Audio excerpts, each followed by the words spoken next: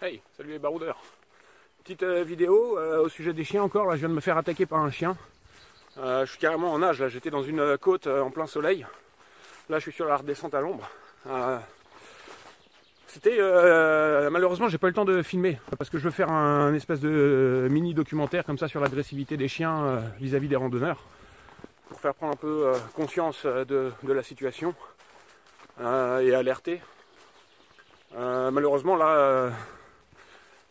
Le temps que je sorte mon téléphone et puis que j'essaie de le déclencher d'une main pendant que je me protégeais avec mon bâton de l'autre, et puis que je marchais à reculons, bien entendu, pour me sortir de la situation en même temps. La propriétaire est arrivée. Et donc évidemment, je ne vais pas filmer la propriétaire, etc. Je respecte quand même un peu les gens, leur vie privée, etc. Surtout qu'on n'est jamais très fier quand son chien attaque un randonneur. Mais tout ça pour dire, voilà, raconter un peu la situation. C'était dans une côte, une maison, il y avait les poteaux de la clôture, mais la clôture n'était pas tirée. Je ne sais pas, c'est un grillage qui a été retiré. Donc en montant dans la côte, le chien aboyait derrière ce qui restait de la clôture. Il pouvait passer, mais il restait derrière. Et au moment où je me suis approché de ce qui est le portail, sans portail, et avec les poteaux, je me suis douté que le chien sortirait à cet endroit-là. Donc j'ai eu le temps de sortir mon bâton. Comme vous voyez... Ça, je vous invite à le faire, hein. Je peux attraper mon bâton direct comme ça. Là. Il est coincé sur le sac, maintenant je suis en galère, je sais pas quoi en faire. Je vais le mettre dans le dos. Hop. Et donc ça pour vous protéger, oui, si vous marchez pas, moi les bâtons je les utilise de temps à autre dans des côtes ou comme ça. Ou si je suis fatigué ou si j'ai besoin de faire circuler le sang dans les bras et les épaules.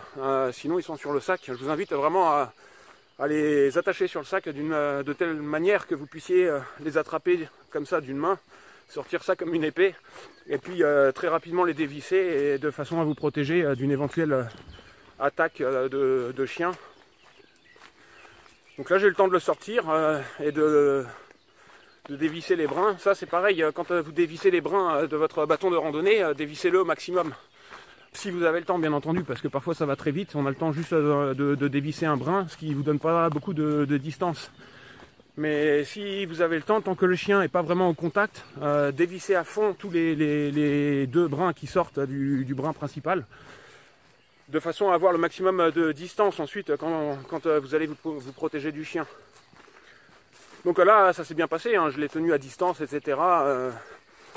Quand le chien a essayé de s'approcher un peu trop, je l'ai piqué. Alors c'est pareil, les bâtons de randonnée, après, l'effet sur le chien, ça dépend de ce que vous avez. Moi j'ai les pointes en tungstène. Alors pour marcher sur de la route, c'est tac, tac, tac, tac. Donc je les utilise pas sur la route. Si vous avez des pointes en caoutchouc, les embouts en caoutchouc, là j'en ai dans une poche, mais je les utilise pas. Les pointes en caoutchouc, du coup vous allez juste repousser le chien, mais vous n'allez pas lui faire mal.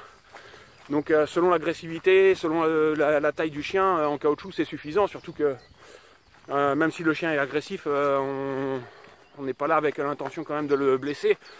Malheureusement, parfois ça peut être nécessaire vraiment d'infliger au minimum une grosse douleur au chien pour lui faire comprendre qu'il ne faut pas qu'il s'approche, quoi. Et donc là c'est ce que je lui ai pas fait causer de plaies, etc. Mais je lui ai infligé une bonne douleur parce que le chien, donc il était face au bâton. On le tient relativement bien à distance, hein, avec un bâton il n'y a pas de souci, mais parfois s'il est un peu vif, s'il a un peu trop les yeux rouges, il va arriver à contourner le bâton, surtout avec un gros sac. On n'a pas le temps, on n'est pas très mobile pour tourner parce qu'il faut emmener le poids du sac avec nous. Donc là le chien a réussi à contourner. Quand c'est comme ça, il ne faut pas juste... vous pouvez juste repousser, ça à gérer vraiment au cas par cas selon l'agressivité du chien. Mais l'idée c'est tout de même de lui faire comprendre que plus il s'approche, plus il va avoir mal. De façon à ce qu'il continue d'aboyer, il va continuer d'aboyer. Mais de façon à ce que lui il a enregistré qu'il faut qu'il garde une distance avec vous. Donc là c'est ce qui s'est passé. Le chien à un moment donné a réussi à contourner mon bâton, s'est approché. Moi je l'ai pris à revers un peu sur le côté, je lui ai mis un bon coup de bâton avec la pointe en tungstène. Il a couiné, et puis donc ensuite il a tenu ses distances, il continuait d'aboyer, il restait devant le bâton, mais il a pu chercher à passer à côté, quoi. Donc parfois il ne faut pas avoir peur, malheureusement, hein, ça me fait pas plaisir de dire ça. Mais c'est comme ça que ça se passe dans la nature, hein. Vous prenez une meute de loups, le chien descend du loup. Quand un chien fait un truc de travers, il y a le supérieur qui va lui mettre un coup de croc dans les flancs, hein. Il n'y a pas, ou sur la truffe, ou comme ça, hein. C'est pas, ils sont pas là à se faire des bisous, hein. Donc face à un chien qui est agressif, il faut se comporter de la même façon que le chef de meute.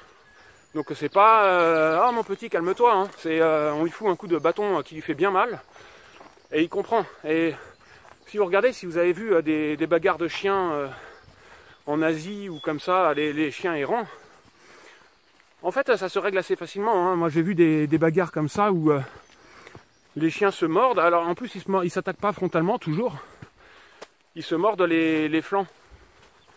Et au bout de quelques fois qu'ils se sont chiqués les flancs, ça y est, il y en a un qui a compris, et puis il repart en boitant, et terminé, la bagarre est terminée, quoi. Ils vont pas se friter jusqu'à en laisser un par terre à plat, quoi. Le chien comprend avant, et puis il s'en va. Donc faut pas avoir peur, parce que ça va se passer de la même façon. Si le chien a trop mal, s'il se sent trop blessé, il va lâcher prise. D'autant plus que quand le chien vous attaque, comme je vous disais dans une autre vidéo, vous restez pas sur place, vous continuez. Vous tournez le dos à votre direction et vous marchez à reculons pour vous éloigner. Et donc automatiquement le chien va lâcher prise à un moment donné, quoi. Voilà, donc c'était... Oh, ça monte encore là, je sais pas si je vais mourir dans la vidéo, je crois encore. C'était juste pour vous partager ça. Malheureusement je suis vraiment un peu pas triste, mais j'aurais bien aimé réussir à filmer ça pour vraiment faire un petit montage avec différentes situations.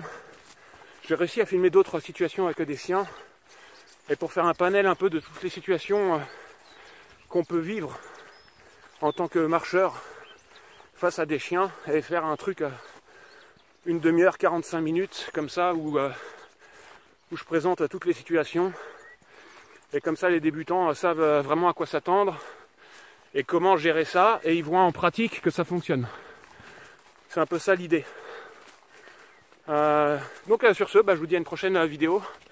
Là il fait super beau aujourd'hui, donc j'ai pas de soucis de batterie.